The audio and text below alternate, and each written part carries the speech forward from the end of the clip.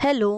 गेल्या 50 वर्षापासून आपण रासायनिक कीटकनाशके म्हणजेच केमिकल पेस्टिसाइड्स आणि रासायनिक खते म्हणजेच केमिकल फर्टिलायझर्स वापरायला सुरुवात केली आहे. या रसायनांमुळे पीक उत्पादन तर खूप वाढलं आहे, पण याचे तोटेही भरपूर आहेत. रासायनिक खते जमिनीमध्ये प्रदूषण करू शकतात आणि जर पाऊस पडला तर ही खतं अनेकदा तलाव आणि नद्यांमध्ये वाहून जातात आणि जलस्रोतांनाही प्रदूषित करतात. कीटकनाशके तर काही बाबतीत त्याहून वाईट आहेत. कीटकनाशके जर श्वासावाटे आतमध्ये घेतली गेली तर श्वसन मार्गाचे अनेक रोग होऊ शकतात आणि म्हणूनच या व्यक्तीने मास्क घातलाय. आणि ही कीटकनाशक वायू प्रदूषण सुद्धा करू शकतात, सोबतच ही माती सुद्धा प्रदूषित करू शकतात. हे जल प्रदूषण देखील करू शकतात.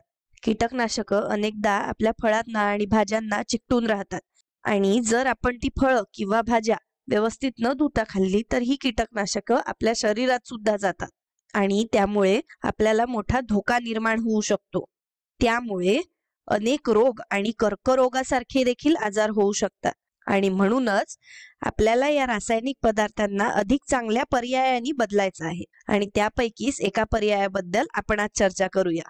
उदाहरणार्थ, तुमच्याकडे समजा एक झाड आहे किंवा वनस्पती आहे आणि तुम्हाला ही चांगल्या प्रकारे वाढवायची आहे आणि म्हणून तुम्ही सहसा याला काही खतं किंवा फर्टिलायझर्स घालता, जेणेकरून या वनस्पतीला पोषक तत्वे मिळतील, बरोबर? पण आज आपण तसं नाही करणार. आपण याला काही जीवाणू देणार आहोत.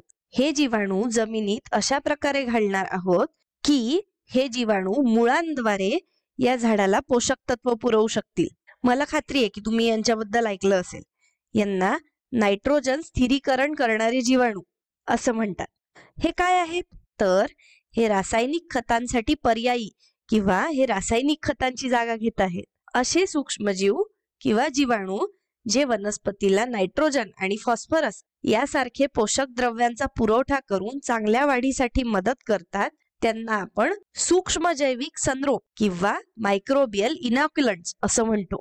आता हे नाव खूप मोठं वाटू शकतं, याची चिंता करू नका, पण आपण त्या सूक्ष्मजीवांबाबत बोलत आहोत जे झाडाला किंवा वनस्पतीला नायट्रोजन आणि फॉस्फरस यासारखे पोषक द्रव्य देत आहेत. आता हे जीवाणू खूप स्वार्थी असतात काय? हे या झाडाला नायट्रोजन फुकट देत नाहीत बरं. हे जीवाणू झाडाच्या मुळांमधून ऊर्जा घेतात.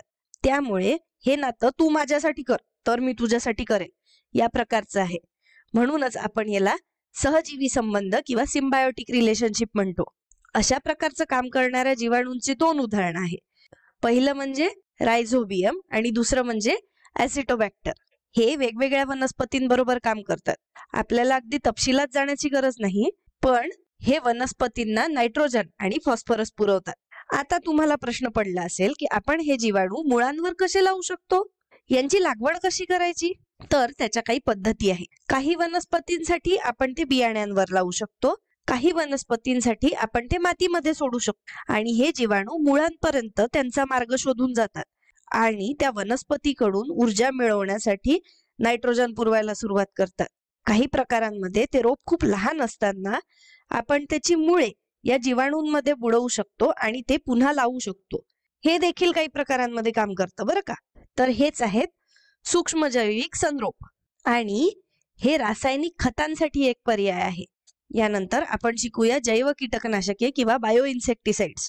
मला खात्री आहे की तुम्हाला जैव या शब्दाचा अर्थ माहितीये आणि कीटकनाशके या शब्दाचा अर्थ माहितीये. या दोघांना जर एकत्र केलं तर आपल्याला मिळतात जैव कीटकनाशके. मला खात्री आहे की ही काय असतात हे तुम्हाला समजलं असेल. ही अशी कीटकनाशके आहेत जी सूक्ष्मजीवांसारख्या सेंद्रिय पदार्थांचा वापर करतात. म्हणजेच ही वनस्पतीला इजा पोहोचवत नाही, परंतु सगळ्या हानिकारक जीवाणूंना मारून टाकतात.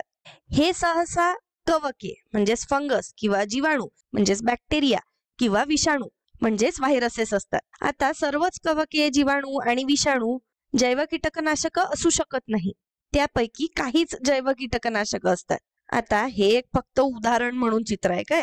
हे छान दिसत होतं म्हणून मी इथे लावलंय. हे प्रत्यक्षात एका विषाणूचं चित्र आहे जो जीवाणूंना मारून टाकू शकतो. आपण या जैव कीटकनाशकांच्या दोन उदाहरणांवर चर्चा करणार आहोत. यापैकी पहिलं म्हणजे न्यूक्लिओ पॉलिहेड्रोव्हायरसेस किंवा NPV. हे थोडंसं क्लिष्ट आहे, आपण याला बाजूला ठेवूया. तुम्हाला मी एक सोपं उदाहरण देते, ते म्हणजे कडुलिंबाची पानं, हे उदाहरण तर तुम्हाला माहिती आहे, बरोबर? कडुलिंबाची पानं सेंद्रिय पदार्थ आहे, हो की नाही? आणि हे कीटकांविरुद्ध लढतात. मला खात्री आहे की तुम्ही याबद्दल ऐकलं असेल. जर तुम्ही कडुलिंबाची पानं झाडाच्या मुळाशी ठेवली तर कीटक मुळं चावण्याचा प्रयत्न करणार नाही, कारण कीटकांना ही कडुलिंबाची पानं आवडत नाही. आहे की नाही मजेशीर? तर या व्हिडिओमध्ये आपण जैव कीटकनाशके म्हणजेच बायो इन्सेक्टिसाइड्स आणि सूक्ष्म जैविक संरोग म्हणजेच मायक्रोबियल इनॅक्युलंट्स याबद्दल चर्चा केली, बरोबर?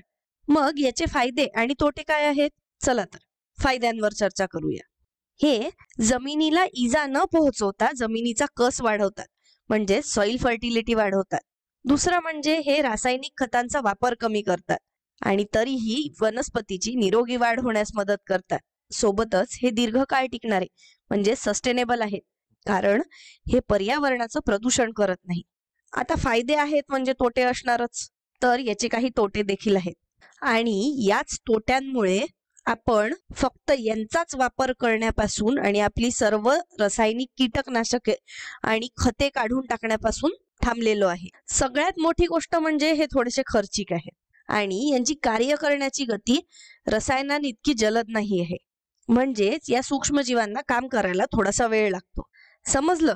तर आपण आज सूक्ष्म जैविक संरोग किंवा मायक्रोबियल इनॅक्युलंट्स यांच्याबद्दल चर्चा केली, जे रासायनिक खतांना पर्याय आहेत आणि हे यांचं सेंद्रिय स्वरूप आहे.